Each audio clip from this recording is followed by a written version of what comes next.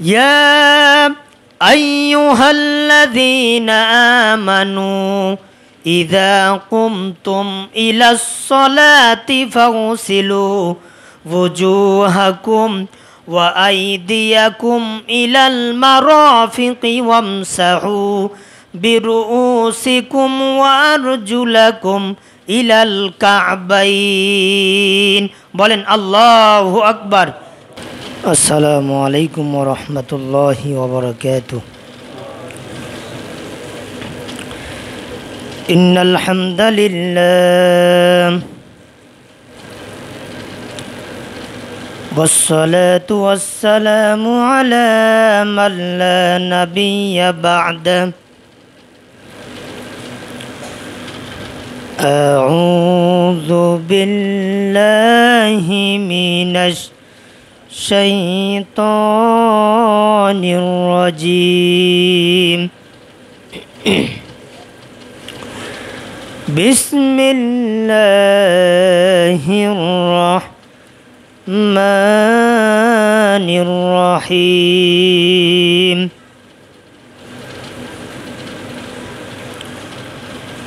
يا أيها الذين آمنوا إذا قمتم إلى الصلاة فاغسلوا وجوهكم وأيديكم إلى المرافق وامسحوا برؤوسكم وأرجلكم إلى الكعبين وإن كنتم جنبا فاطهروا وإن كنتم مرضى أو على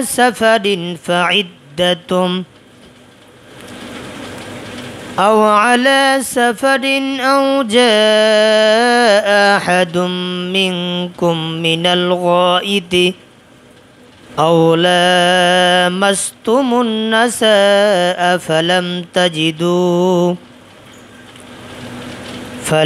تجدوا ماء فتيمموا صعيدا طيبا فامسحوا بوجوهكم وأيديكم منه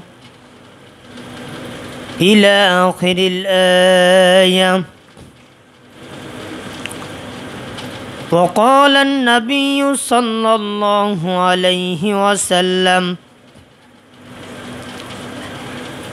إذا دخل أحدكم المسجد فلا يجلس حتى يصلي ركعتين رواه البخاري أو كما قال عليه الصلاة والسلام الحمد لله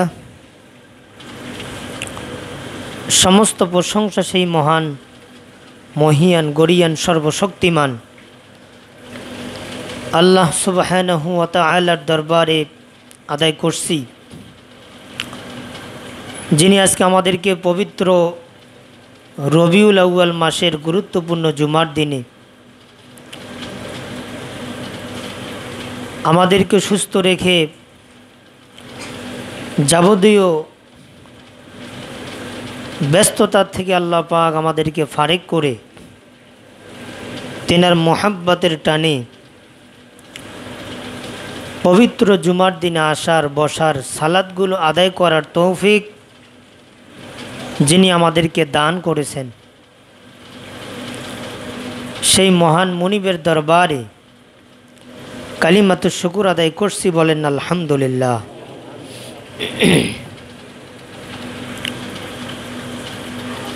অসংখ্য দরুদ সালাম বর্ষিত হোক আমাদের নবী, যেনার শাফায়াত ছাড়া আমরা কিয়ামতের ময়দানে এক চুল পরিমাণ আমরা এদিক সেদিক যাইতে পারবো না। সেই রাসূলের মুহাব্বত অনুসরণ দরুদ ও সালাম এর মাধ্যমে নেকির উদ্দেশ্যে আমরা রাসূলের প্রতি দরুদ পড়ছি, বলেন সাল্লাল্লাহু আলাইহি ওয়াসাল্লাম। তা সম্মানিত উপস্থিতি, আজকে আপনাদের সামনে পবিত্র কোরআনুল কারীম থেকে সূরাতুল মায়েদা, সূরা মায়েদার 6 নম্বর আয়াত আপনাদের সামনে উপস্থাপন করেছি। এর সাথে সাথে সহিহ বুখারীর থেকে গুরুত্বপূর্ণ তথ্যবহুল একটি হাদিস আমি আপনাদের সামনে উপস্থাপন করেছি। আল্লাহ পাক রব্বুল আলামিন আমাদেরকে যেন আজকের আলোচনা শোনার পরে বাস্তব জীবনে সকলের আমলিয়াত জিন্দিগি সঠিকভাবে পরিচালনা আদর্শিকভাবে পালন করার তৌফিক যেন আল্লাহ দান করেন, আমরা সকলে বলছি আল্লাহুম্মা আমিন। তা সম্মানিত উপস্থিতি, গত জুমায় কথা বলছিলাম সালাতের তাৎপর্য ও গুরুত্ব সম্পর্কে। গত 2 জুমা থেকে কথা বলতেছি সালাতের উপরে। আজকে কথা বলতে চাই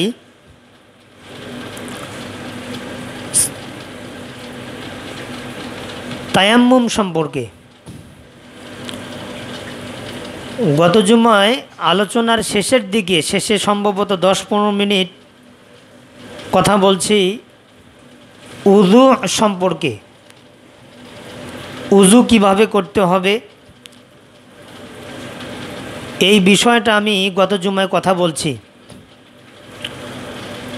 আজকে তায়াম্মুম সম্পর্কে কথা বলবো। কথা বলার আগে উযু সম্পর্কে কিছু কথা, কয়েকটি হাদিস থেকেই যায়, আলোচনা করে তো শেষ করা সম্ভব নয়। এজন্য বাকি কথাগুলো আল্লাহ পাক রব্বুল আলামিন আজকে যেন বলার এবং আপনাদেরকে শোনাবার এবং শুনবার তৌফিক কামনা করছি। আমরা বলছি আল্লাহুম্মা আমিন।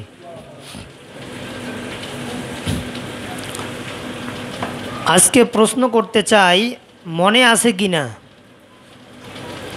ছাত্রগুলা বাদ দিয়ে আপনারা বলবেন, বলেন তো উযুর ফরজ কয়টা? 4টা। গত জুমায় বলছিলাম 4টা। 1 নম্বর কি বলেন তো? আপনারা বলবেন, এই ছাত্রগুলা, তোমরা না। 1 নম্বর কি? মুখমণ্ডল ধৌত করা। 2 নম্বর পা ধোয়া।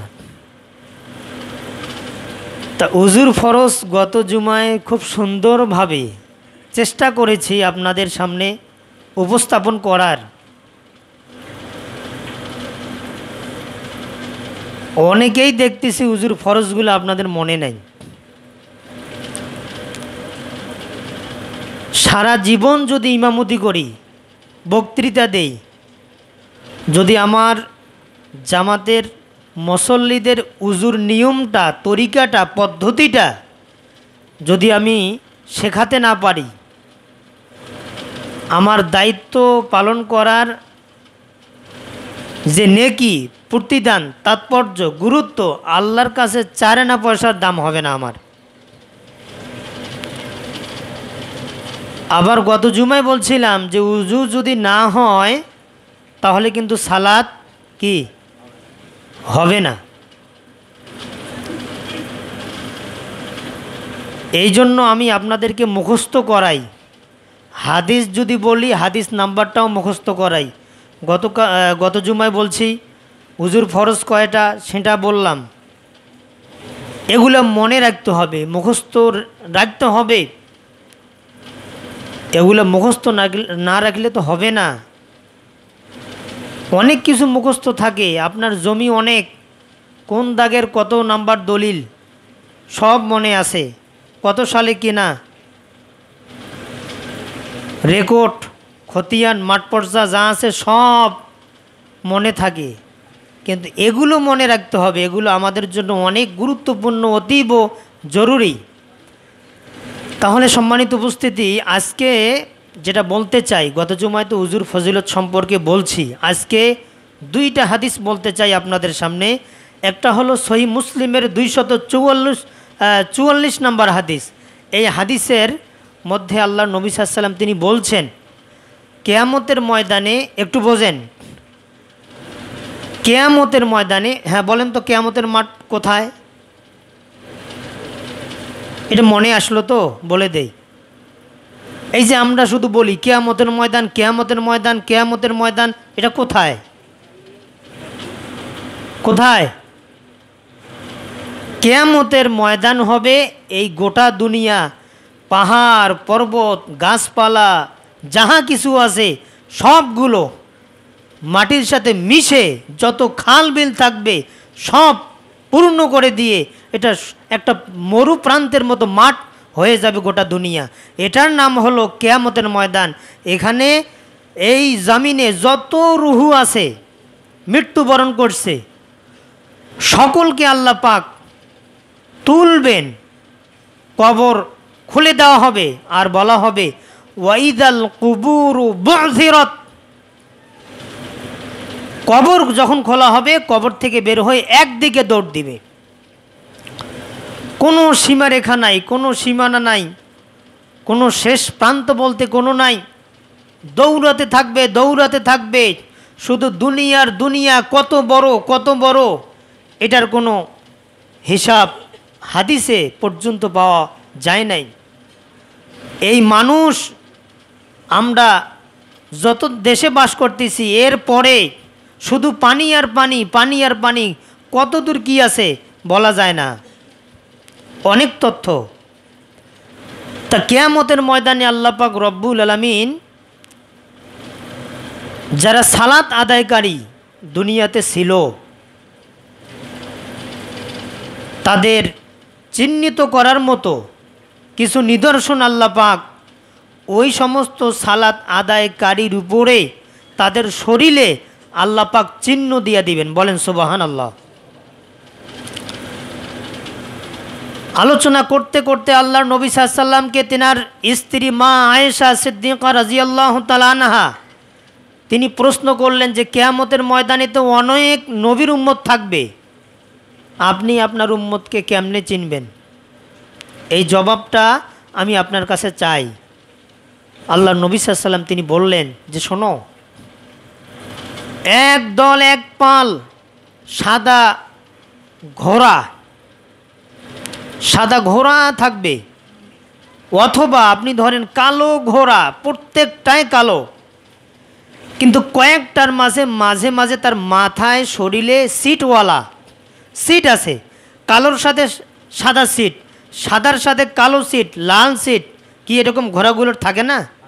তা আল্লাহ নবী সাল্লাল্লাহু আলাইহি ওয়াসাল্লাম জবাব দিলেন যে মা আয়েশা, তেনাকে জবাব দিচ্ছেন আল্লাহ নবী, বলতেছে আয়েশা, কিয়ামতের ময়দানে আমার উম্মত যারা হবে প্রকৃত, আমি তাদেরকে চিনতে পারবো ওইভাবে, তারা যে দুনিয়াতে সালাত আদায় করেছিল, তারা সালাতের পূর্বে উজু করেছিল, হাত ধৌত করেছিল, মুখ ধুয়েছিল, মাথা মাসে করেছিল, পা ধুয়েছিল, এক কথায় উজুর অঙ্গ প্রত্যঙ্গগুলো কিয়ামতের ময়দানে জ্বলতে থাকবে।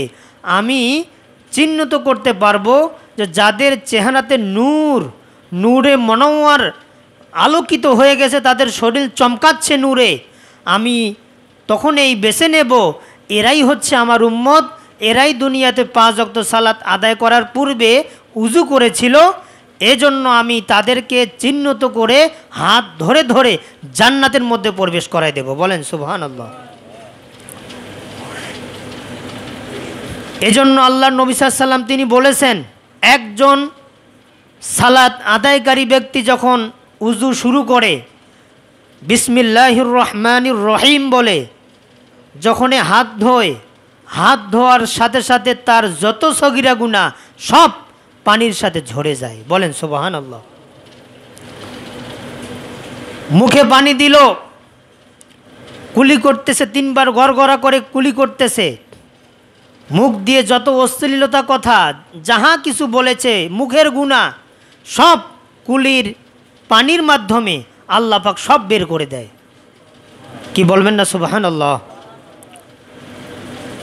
মুখটা ধৌত করবে, চুলের গোড়া, থুতনি, 2 কানের লতি পর্যন্ত যখন ধোবে, কিয়ামতের ময়দানে এই মুখটা চমকাতে থাকবে, নূরুন আলা নূর, নূরে মুনাওয়ারুন নূর, এটা চমকাইতে থাকবে।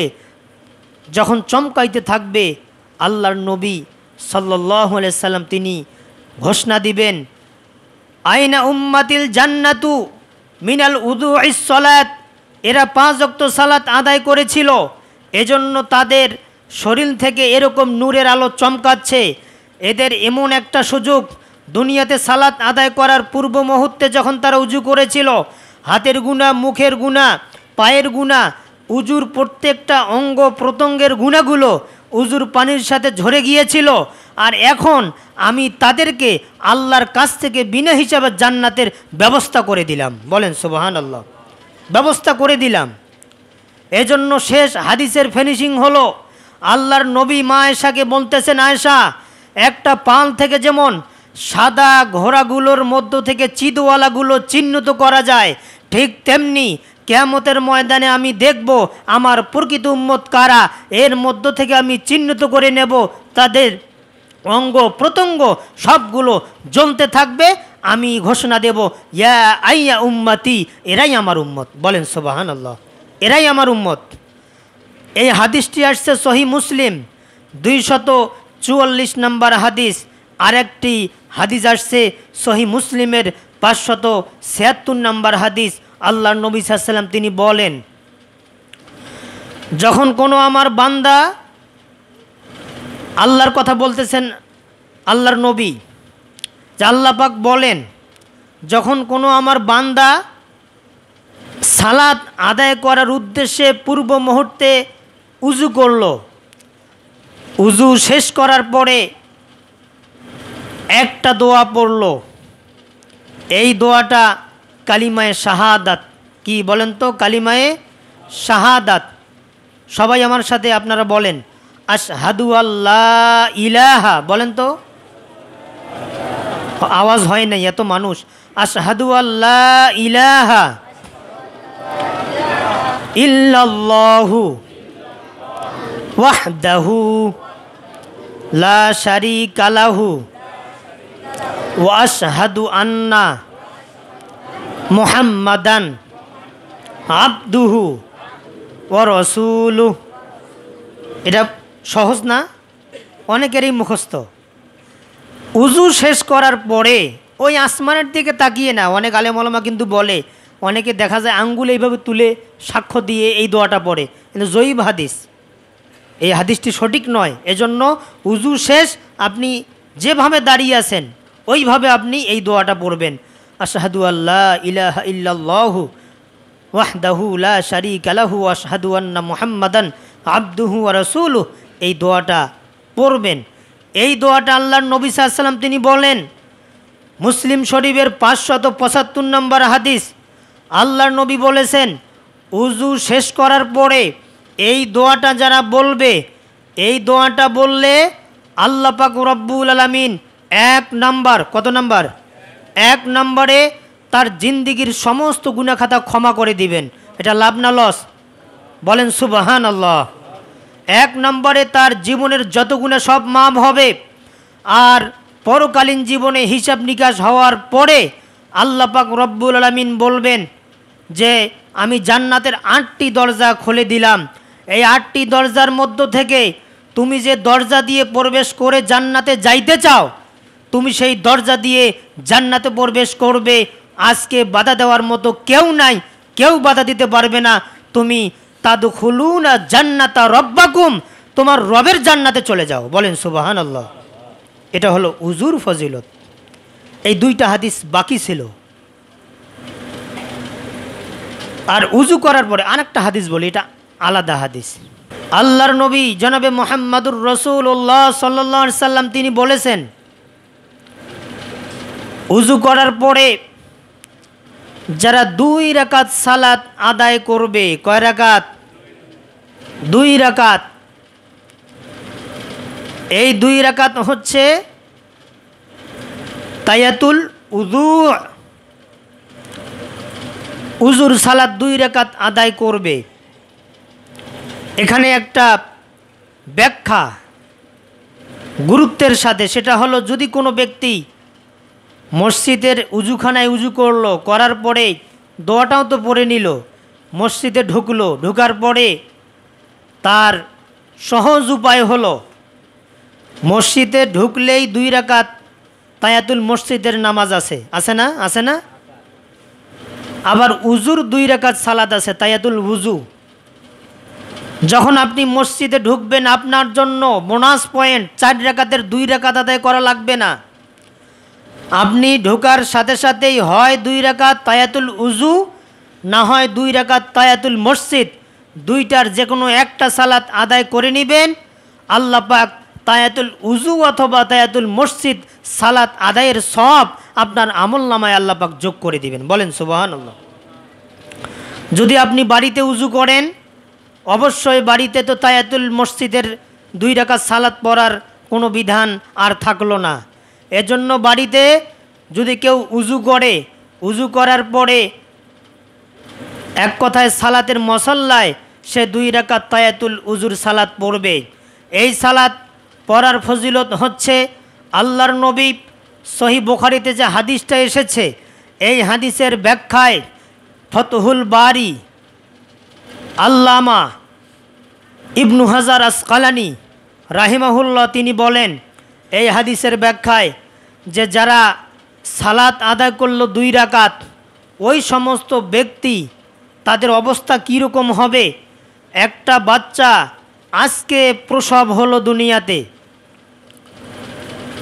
দুনিয়াতে একটা বাচ্চা প্রসব হলো, বলেন তো তার কোনো শরীরে গুনাহ থাকতে পারে কি? কোনো গুনাহ আছে? তার উপরে ইসলামের কোনো শরিয়ার নিয়ম, আইন, কানুন, বিধান এগুলো কি চালু হয়েছে? হয় নাই। ও কি মাসুম? মাসুম, সে নিষ্পাপ। আল্লাহর নবী বলেন একটা বাচ্চা জন্মের পরে ঠিক যেমন নিষ্পাপ, উজু করার পরে 2 রাকাত সালাত আদায় করলে আল্লাহ পাক ঠিক তেমনি ওই রকম নিষ্পাপ বানায় দেয়। বলেন সুবহানাল্লাহ। নিষ্পাপ বানায় দেয়। তাহলে উজুটা করতে হবে খুব সুন্দরভাবে, কোনো পশম যেন শুকনো না থাকে, সুন্দরভাবে উজু করতে হবে। উজু করবেন সুন্দরভাবে, যা পানি লাগে উজু করতে আপনি উজু করেন, সুন্দর উজুটা যেন হয়, সঠিক হয়, তাহলে আপনার সালাতগুলো আপনার কবুল হবে, সালাতগুলো হবে। আর উজু ঠিক না হলে সালাত, আবার বলছে, হবে না। গেল উজু সম্পর্কে শেষ। এখন তায়াম্মুম। উজুর যে আয়াত গত জুমায় আমি আপনাদের সামনে বলছিলাম, উজুর সাথে আল্লাহ পাক তায়াম্মুমের আয়াত সেট করে দিয়েছেন। বলেন সুবহানাল্লাহ। তায়াম্মুম, এমনও ব্যক্তি থাকতে পারে তার পানি স্পর্শ করলে, পানি নাড়লে তার রোগ বৃদ্ধি হবে, এরকম আছে না অনেক লোক? তার অনেক সমস্যা থাকতে পারে, উজু মানে করা অনেক তার জন্য ক্ষতিকর, ডাক্তার নিষেধ করছে, তখন তার বিকল্প ব্যবস্থা হলো তায়াম্মুম করবে। এজন্য তায়াম্মুমের কথাটা উজুর আয়াতের সাথেই, একটা আয়াতেই আল্লাহ পাক অর্ধেক উজু অর্ধেক তায়াম্মুম। বলেন সুবহানাল্লাহ। আল্লাহ বলেন, ইয়া আইয়ুহাল্লাযীনা আমানু ইযা কুমতুম ইলাস সালাতি ফাগসিলু ওয়ুজুহাকুম ওয়া আইদিয়াকুম ইলাল মারাফিকি ওয়ামসাহু বিরুউসিকুম ওয়া আরজুলাকুম ইলাল কাবাইন। বলেন আল্লাহু আকবার। এটা হলো উজুর আয়াত, তারপরে তায়াম্মুম আসতেছে। দেখেন, ওয়া ইন কুনতুম জুনুবান ফাত্তাহহারু وإن كنتم مرضى أو على سفر أو جاء أحد منكم من الغائط أو لامستم النساء فلم تجدوا ماء فتيمموا আরেকবার বলেন আল্লাহু আকবার। এক নম্বরে উজুর সম্পর্কে আল্লাহ বলেন, ওহে তোমরা যারা ঈমান এনেছো, যখন সালাতে দাঁড়াবে, এ গত জুমার বক্তব্য। আবার আয়াত যেহেতু তেলাওয়াত করলাম, অনুবাদটা শেষ করে দেই। আমার অভ্যাস এটা নাই যে এক আলোচনা প্রত্যেক জুমায় করব, এই অভ্যাস আমার নাই। তা যেহেতু আয়াত তেলাওয়াত করলাম, এটার অনুবাদটা করি। আল্লাহ বলেন, ইয়া হরফে নেদা, আল্লাহ ডাকতেছেন, আইয়ুহাল্লাযীনা আমানু, তোমরা যারা ঈমান এনেছো, তোমরা যারা মুত্তাকি বলে দাবি করো, ইদা যখন কুমতুম দাঁড়াবে, ফাগসিলু বুজুহাকুম, সালাতে যখন তোমরা দাঁড়াবে, এক নম্বর ফরজ তোমার দায়িত্ব হলো ফাগসিলু বুজুহাকুম, তোমাদের মুখমণ্ডল তোমরা ধৌত করবে। তারপরে আল্লাহ পাক বলেন, ওয়াইদিয়াকুম, এই হাত দুইটা তোমরা ধোবে, ইলাল মারাফিক, কুনুই পর্যন্ত, ইলাল মারাফিক, মারাফিক শব্দের অর্থ হলো কুনুই পর্যন্ত। ওয়ামসাহু, আর তোমরা মাথাটা মাসহ করবে, বিরউসিকুম ওয়ারজুলাকুম ইলাল কাবাইন, এবং দুই পা, চতুর্থ নম্বরে দুই পা তোমরা সুন্দরভাবে ধোবে। তারপরে আল্লাহ পাক বলেন, ধোয়ার পরে ওয়াইন কুনতুম জুনুবান ফাত্তাহারু, তোমরা পবিত্রতা অর্জন করতে গিয়া দেখা যাচ্ছে তোমাদের খুব সমস্যা, পানি নাড়তে পারতেছো না, অঙ্গ প্রত্যঙ্গয় পানি দিতে পারতেছো না। আল্লাহ বলেন ফাত্তাহারু ওয়াইন কুনতুম মারদা, এর অর্থ হলো হয়তোবা তোমরা অসুস্থ। আল্লাহ বলেন অসুস্থ, আও আলা সাফারিন, তোমরা সফরেও থাকতে পারো, আহাদিম মিনকুম মিনাল গায়তি আওলা মাস্তুমুন নাসাই, তোমরা যখন সফরে থাকবে, তোমরা যখন অসুস্থ হবে, তোমাদের পানি স্পর্শ করার মতো, নাড়ার মতো কোনো সুযোগ নাই, সমস্যা হয়ে যাচ্ছে, রোগ বৃদ্ধি পাচ্ছে, তখন তোমরা কি করবে? ফালাম তাজিদু মা আফাতায়াম্মামু, তোমরা তায়াম্মুম করবে। বলেন সুবহানাল্লাহ। বক্তব্য কার? বক্তব্যটা কার? আল্লাহর। দেখেন কত চমৎকার কথা। উজু করো, উজু ফরজ। উজু যখন তোমরা করবে, সুস্থ মানুষ, যারা অসুস্থ তারা করতে পারবে না, এজন্য সাথে সাথে আরেকটা ফরজ যোগ করে দিয়েছে, তায়াম্মুম। তায়াম্মুমের ফরজ কয়টা বলেন তো? আমার আঙ্গুলের দিকে তাকান, কয়টা? তিনটা। সবাই বলেন, আর আবার ধরাবো কিন্তু আমি। তায়াম্মুমের ফরজ কয়টা? তিনটা। এক নম্বরে নিয়ত করা, বলেন তো এক নম্বরে। দুই নম্বরে, এই মাদ্রাসা ছাত্র বলো তো তোমরা, দুই নম্বরে কি? তায়াম্মুমের ফরজ কি? তিনটা না? এক নম্বর, দুই নম্বর গেল। তায়াম্মুমের ফরজ তিনটা। এক নম্বর হচ্ছে নিয়ত করা, দুই নম্বর হলো পাক মাটিতে হাত দিয়ে কি মাসে করা, তিন নম্বরে দুই পা না দুই হাত। এই তো তায়াম্মুম কম করেন তো, এই জন্যে অনেকের স্মরণ কম। তা এক নম্বর হলো নিয়ত, দুই নম্বরে এই মুখমণ্ডল, তিন নম্বরে এই দুই হাত মাসে করা। এখন কেমনে করবেন পদ্ধতিটা আমি দেখা দেব। তাহলে তায়াম্মুম যে আমরা করি, এর কারণ হলো চারটা। কয়টা? সবাই মুখস্থ করেন, কয়টা? চারটা। এক নম্বর, যদি পাক পানি পাওয়া না যায়। এক নম্বর কি? যদি পাক পানি পাওয়া না যায়, মনে করেন মোটর নষ্ট, এলাকায় কোনো পানি নাই, ধু ধু এক কথায় মরুভূমির মতো হয়ে গেছে, শুধু রোদ, প্রচণ্ড গরম, কোনো পানি নাই জায়গায়। এখন আপনি কি করবেন? আবার যদিও পানি আছে পুকুরে, কিন্তু পুকুরের পানিগুলো পাক না। একটা জায়গায় আছে, সেটা পুকুরের পানি, পানিগুলো পাক না। তখন এক নম্বর শর্ত হলো, যেহেতু পানি পাওয়া না যায় কোথাও, আপনাকে এক নম্বরে তায়াম্মুম করতে হবে। কি করতে হবে? তায়াম্মুম করতে হবে। আর দুই নাম্বার হচ্ছে, এলাকায় পানি নাই কিন্তু দূরে একটু পানি আছে, এখন যদি আমি পানি আনতে যাই, আমার সালাদটা কাজা হবে, এজন্য সালাদটা আগে মানে আদায় করা জরুরি, জামাতটা ধরা জরুরি, কিন্তু পানি একটু দূরে আছে, আলাদা গ্রামে আছে, ওখানে আবার যাওয়ার প্রয়োজন নাই, আপনি তায়াম্মুম করে সালাদটা আদায় করে নেন। পানি আছে ঠিক, কিন্তু দূরে আছে, কিন্তু এই জামাতের এলাকায় কোথাও নাই পানি। তাহলে 2 নম্বরে পানি পাওয়া গেলে আছে দূরে, কিন্তু ওই পানি আনতে গেলে আমার সালাত কাজা হবে, তখন আপনি তায়াম্মুম করে পড়তে পারেন। 3 নম্বর, পানি ব্যবহারে আপনার রোগ বৃদ্ধি হবে, আপনি অসুস্থ, পানি স্পর্শ করলেই, পানি নাড়লেই আপনার রোগ বৃদ্ধি হবে। এই সমস্যা যদি আপনার হয়, কোনো হুজুরকে প্রশ্ন করারও দরকার নাই, আপনি তায়াম্মুম করে সালাত পড়েন।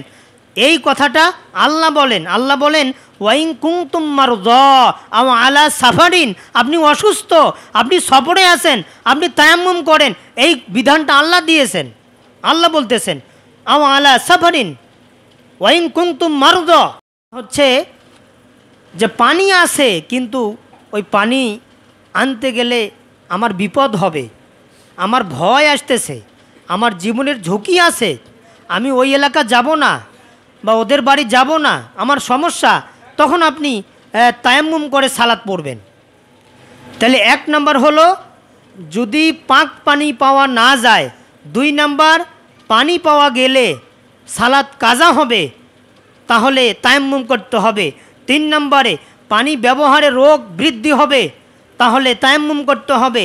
4 নম্বরে বিপদ জীবনের ঝুঁকি, এই 4টা কারণে তায়াম্মুম করা ফরজ।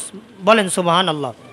4টার মধ্যে 3টা যদি বাদ দেন, একটা যদি ধরেন যে পানি নাড়লেই আমার রোগ বৃদ্ধি হবে, ডাক্তার নিষেধ করছে, একটা ধরেন আপনি, তো ওইটা ধরলেও আপনাকে তায়াম্মুম করে সালাত পড়তে হবে। আর তায়াম্মুমের পদ্ধতি হলো, দেখেন তায়াম্মুম, আবার বলেন তায়াম্মুমের ফরজ কয়টা? 3টা, একটু মনে রাখেন তো। উজুর ফরজ কয়টা? গোসলের ফরজ কয়টা? কয়টা? হ্যাঁ, এগুলো মনে রাখবেন, এগুলো আমাদের জন্য জরুরি।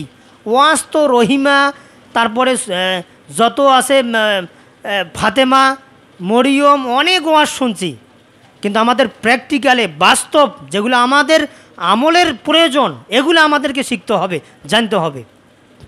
তাহলে তায়াম্মুমের পদ্ধতি দেখেন, 1 নম্বর মনে মনে নিয়ত করতে হবে। কি করতে হবে? নিয়ত করতে হবে মনে মনে। আর নিয়ত পড়তে হবে না, নিয়ত করা এক জিনিস, নিয়ত পড়া এক জিনিস। নিয়ত পড়া মানে মুখ দিয়ে, আর নিয়ত করা মানে সংকল্প, অনুধাবনা, মনে মনে, এটা আলাদা জিনিস। তাহলে দেখেন, এই যে তায়াম্মুমের নিয়ত কিন্তু আছে আরবিতে, রোজার নিয়ত কিন্তু আছে আরবিতে, 5 ওয়াক্ত সালাতের নিয়ত কিন্তু আছে আরবিতে, আছে না? আছে না? আপনারা কি পড়েন নিয়ত পড়েন? নাওয়াইতুয়ান উসকিত আং জিম্মাতি ফারজুজ জোহরে বিয়াদাই রাকাআতি, আস্তে আস্তে ভুলে গেছি, রাকাআতি সলাতিল জুমআতি ফরজুল্লাহি তাআলা মুতাওয়াজ্জিহান ইলা জিহাতিল কাবাতি শরীফাতি, আল্লাহু আকবার। এটা হচ্ছে জুমার নামাজের ফরজের নিয়ত। নাওয়াইতুয়ান উসাল্লিয়া লিল্লাহি তাআলা রাকাআতাই সলাতিল জোহরি ফরজুল্লাহি তাআলা মুতাওয়াজ্জিহান ইলা জিহাতিল কাবাতি শরীফাতি, আল্লাহু আকবার। এখন হুজুরের কেরাত শেষ, আর আপনি দৌড়ে এসে কাতারে দাঁড়ালেন, নিয়ত করতে করতে করতে করতে, এক কথায় পড়তে পড়তে হুজুর রুকুতে চলে গেল, রুকু থেকে উঠতেছে আপনি, তারপরে নিজে নিজে হাত বেঁধে তারপরে রুকু করে আপনি রাকাতটা আদায় করে নিলেন। কিন্তু দেখেন, ওই নিয়তটা পড়তে গিয়ে আপনার ওই রাকাতটা নষ্ট হয়ে গেল। যদি আলেম থাকেন, এখানে আমার কথাটা আপনারা বুঝে গেছেন, আলেম যদি থাকেন, দেখেন যে নিয়তটা সে পড়তেছে, পড়তে পড়তে দেখা যায়, দেখেন দাঁড়িয়ে আছে পড়তেছে, আর হুজুর কেরাত শেষ, রুকুতে গেল, সুবহান রব্বিয়াল আযীম বা সুবহান রব্বিয়াল আলা, সেজদায় হোক বা রুকুতে হোক, যে কোনো একটা স্থানে চলে গেছে, আবার দাঁড়িয়ে গেল, বাস সে নিজে নিজে রাকাতটা আদায় করে নিল। একটা কথা মনে রাখবেন, যদি কোনো মুক্তাদি ইমামের পিছনে থাকে, যদি রুকু পায় সে রাকাতটা পাবে, যদি রুকু না পায় রাকাত পাবে না। কি আমার কথা বুঝতেছেন আপনারা? যদি কেউ এসে ইমাম সাহেব দেখা যাচ্ছে রুকুতে আছে, আপনিও চলে আসলেন, এসে আপনি রুকুতে চলে গেলেন, মানে ওই রাকাতটা আপনি পেয়েছেন। যদি আপনি রুকুটা না পান ইমামের, তাহলে কিন্তু আপনি ওই রাকাত পাবেন না। আপনার ওই রাকাত সালাম ফেরার পরে শেষে আপনাকে একাকী দাঁড়িয়ে ওই রাকাতটা আপনাকে পূর্ণ করতে হবে। তাহলে রুকু পেলে রাকাত হবে, আর রুকু না পেলে রাকাত হবে না। এই তাহলে দেখেন, এক কথায় নাওয়াই তোয়ান দিয়ে যত নিয়ত আছে, একটা নিয়ত আল্লাহর নবী সাল্লাল্লাহু আলাইহি সাল্লাম তিনি জানেন না। নাওয়াই তোয়ান দিয়ে যত নিয়ত আছে, রোজা বলেন, হজ বলেন, জাকাত বলেন, যা আছে শুরুতেই নাওয়াই তোয়ান, এই নিয়ত সাহাবারা জানেন না। কাক কয়? আল্লাহর নবী জানেন না, ইমাম বুখারী, মুসলিম, আবু হানিফা, শাফি, মালিকি, হাম্বলি, ইমাম ইউসুফ কেউ জানে না। এজন্য এই নিয়ত পড়ে যারা সালাতে দাঁড়াবে তাদের সালাত বাতিল হবে, কারণ বেদাত। এই নিয়ত পড়ে দাঁড়ানো বেদাত, এই বেদাত দিয়ে সালাত পড়লে সালাত হবে না, বাতিল। তাহলে এই নিয়তটা করতে হবে কেমনে? সংকল্প মনে মনে। আপনি ইমামের পিছনে দাঁড়িয়েছেন, এই যে আমার পিছনে আপনারা জুমার সালাত 2 রাকাত পড়বেন, আমি দাঁড়াবো, দাঁড়ার আগে আপনি যে আমার পিছনে আছেন, আপনি কি জানেন না যে আপনি কিসের সালাতে দাঁড়িয়েছেন? জুমা। কার পিছনে দাঁড়িয়েছেন? ইমামের পিছনে। আল্লাহু আকবার, শেষ সংকল্প। মনে মনে যদি আপনি এটাও বলেন যে আমি ইমামের পিছনে 2 রাকাত জুমার সালাত পড়তেছি, আল্লাহু আকবার, বাস এনাফ, যথেষ্ট। কিন্তু নাওয়াই তোয়ান দিয়ে নয়। তাহলে দেখেন, উজুর তায়াম্মুমের পদ্ধতি হলো 1 নম্বর মনে মনে নিয়ত করা। সবাই আমার দিকে দেখেন তো, কি সমস্যা ওইদিকে? তাহলে 1 নম্বর হলো তায়াম্মুমের মনে মনে নিয়ত করা। কি করা? মনে মনে নিয়ত করা। 2 নম্বরে বিসমিল্লাহ বলা। 2 নম্বর কি বলা? বিসমিল্লাহ বলা। বিসমিল্লাহ বলার পরে আপনি 2 হাত পাক মাটিতে এইভাবে রাখবেন, একটু ঘষা দিয়ে হাত তুলে ঝাড়া দিবেন। ঝাড়া দেওয়ার পরে আপনি একবার এই মুখমণ্ডলটা কি করবেন? মাসে করবেন। তারপরে ওই হাত দিয়ে আবার 2 হাত কি করবেন? মাসে করবেন। হয়ে গেল, এনাফ, শেষ তায়াম্মুম। অনেক সহজ। এটা হলো তায়াম্মুম। মনে মনে নিয়ত বিসমিল্লাহির রহমানির রহিম এটা বললেন, বলার পরে আপনি মাটিতে হাত দিলেন, পাক মাটি লাগবে, পাক মাটিতে হাত দিয়ে একটু স্পর্শ করলেন। করার পরে যদি হাতে কিছু ময়লা থাকে একটু ঝাড়া দিবেন। ঝাড়া দেওয়ার পরে মুখমণ্ডলটা একবার মাসে করবেন, তারপরে একবার 2 হাত মাসে করবেন। এটা হয়ে গেল আপনার জন্য তায়াম্মুম, উজুর মতো না। তাহলে এই হলো তায়াম্মুমের পদ্ধতি। এই তায়াম্মুম করে সালাত আদায় করবে কারা? যারা অসুস্থ, যারা সফরে থাকবে, বাইরে থাকবে। পানি কোথায় পাবে, কোথায় মিলবে, কোথায় কোন বাড়িতে যাবে, সমস্যা। সে ঢাকায় চলে গেছে, ওই মুহূর্তে আপনি তায়াম্মুম করে সালাত পড়েন। আপনি তো যদি কাউকে না চেনেন, আপনার যদি পরিচয় না থাকে, দেখা যাচ্ছে যেখানে আপনি সালাত পড়বেন আশপাশে কোনো পানি নাই, আপনি তায়াম্মুম করে সালাত পড়েন। আপনি সফরে আছেন, যে আপনি মুসাফির। এজন্য আল্লাহ বলেন, ওয়াইন কুনতুম মারদা আও আলা সাফারিন আও জাআ। আপনি অসুস্থ, আপনি মুসাফির, আপনি তায়াম্মুম করেন। আপনার জন্য তায়াম্মুম ফরজ, আপনি করে ফেলেন। তাহলে শেষ আমার আলোচনা। আজকে কথা বললাম আমি আপনাদের সামনে তায়াম্মুমের নিয়ম কানুন এই সম্পর্কে। আর যে আয়াত থেকে বললাম এটা হলো সূরা মায়েদা। কত নম্বর আয়াতটা? কত নম্বর মনে আছে না? 6 নম্বর আয়াত। কত নম্বর আয়াত? 6 নম্বর আয়াত। আল্লাহ বলেন, ওয়া ইন কুনতুম জুনুবান ফাত্তাহহারু ওয়া ইন কুনতুম মারদা আও আলা সাফারিন আও জাআ আহাদুম মিনকুম মিনাল গায়িতি আও লামাসতুমুন নাসাআ ফালাম তাজিদু মাআ ফাতায়াম্মামু।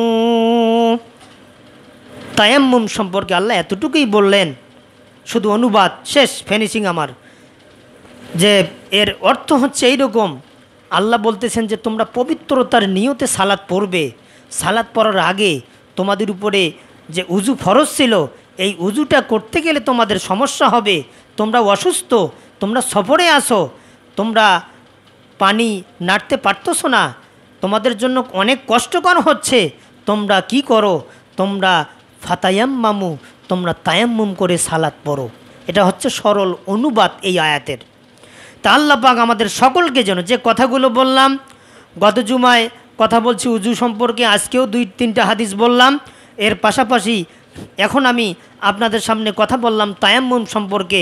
এই বিষয়গুলো, এই নিয়মগুলো অবশ্যই আপনারা মুখস্থ রাখবেন, মনে রাখবেন। মনে রাখলে আপনারা উপকৃত হবেন। যেভাবে আমি ক্লাসের মতো আপনাদের সামনে বক্তৃতাগুলো দেই, যদি আপনারা মনে রাখেন, আপনারাই একজন আলেম। আপনাদের সাথে পাবে না, কথা দিয়ে কেউ পাবে না। যদি কেউ কোথাও যদি আলোচনা হয় হাদিস কোরআন দিয়ে, যদি মনে রাখেন, আপনার সামনে কেউ পাবে না। যুক্তি দিয়ে হোক আর দলিলের দিক দিয়ে হোক, পাবে না কেউ। আল্লাহ পাক আমাদের সকলকে যেন কবুল করেন, স্মরণ শক্তি যেন আমাদের ভালো রাখেন। যাহা কিছু বললাম 2 এবং 3 জুমা সালাত এবং উজু এবং তায়াম্মুম, সকলের যাবতীয় সুস্বাস্থ্য কামনা করে আমার আলোচনা এখানে শেষ। সুবহানাকা লা ইলমা লানা ইল্লা মা আল্লামতানা ইন্নাকা আনতাল আলিমুল হাকিম।